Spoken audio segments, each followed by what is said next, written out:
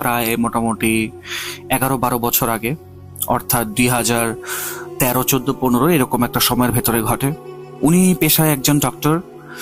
তো একজন ডক্টর হওয়ার সত্ত্বেও ওনার আসলে জিন বা ফেরেশতা উপরওয়ালার প্রতি বা আল্লাহর উপরে খুবই বিশ্বাস ছিল। কিন্তু বেশিরভাগ যে ওনার চিন্তাধারা ছিল সেটা ছিল বৈজ্ঞানিক। উনি আসলে তাই বিশ্বাস করতেন যেটা উনি চোখে দেখতে পারতেন, এছাড়া উনি তেমন কোনো কিছু একটা বিশ্বাস করতেন না। কিন্তু তারপরেও মানুষের জীবনে এমন এমন কিছু ঘটনা ঘটে যেগুলির মাধ্যমে আসলে আমরা বুঝতে পারি যে সব ঘটনার ব্যাখ্যা হয় না। তো এমনই একটি ঘটনা উনি আজকে আমাকে বলেছেন। উনার ভাষ্যমতে তখন উনি মাত্র লাহোর থেকে ইসলামাবাদের দিকে ট্রান্সফার হয়েছেন সরকারি একটি হসপিটালে। ওই সময়ে ইসলামাবাদে একটা ধর্নার সিজন চলছিল আর কি, হরতালের মতো কিছু একটা চলছিল সরকারি বা পলিটিক্যাল কোনো একটি ইস্যু নিয়ে। তো যখন উনি সেখানে বদলি হয়ে যান, এর 2-1 দিনের ভেতরে ধর্নাটা শেষ হয়ে যায়। তো একদম শুনশান হয়ে যায় সম্পূর্ণ হসপিটাল বা আশেপাশের এরিয়াগুলি।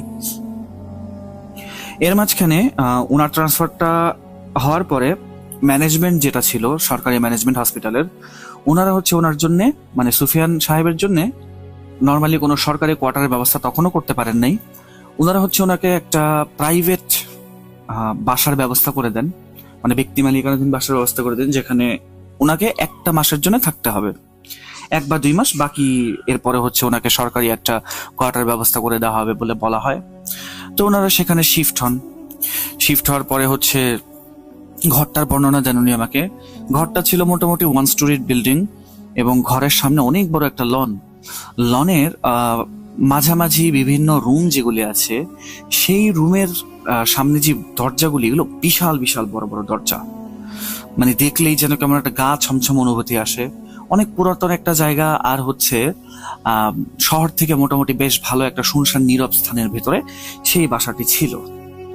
তো ওনারা সেখানে শিফট হওয়ার পরে সুফিয়ান সাহেব ওনার কাজে মনোযোগ দেওয়া শুরু করেন। তো একদিন এমন একটা সময় আসে যে উনি রাতের বেলা বাসায় ফেরেন। তখন ওনার বাবা মা এবং ওনার ওয়াইফ প্লাস ওনার একটা ছেলে ছিল, তারা এই বাসায় মূলত থাকতো।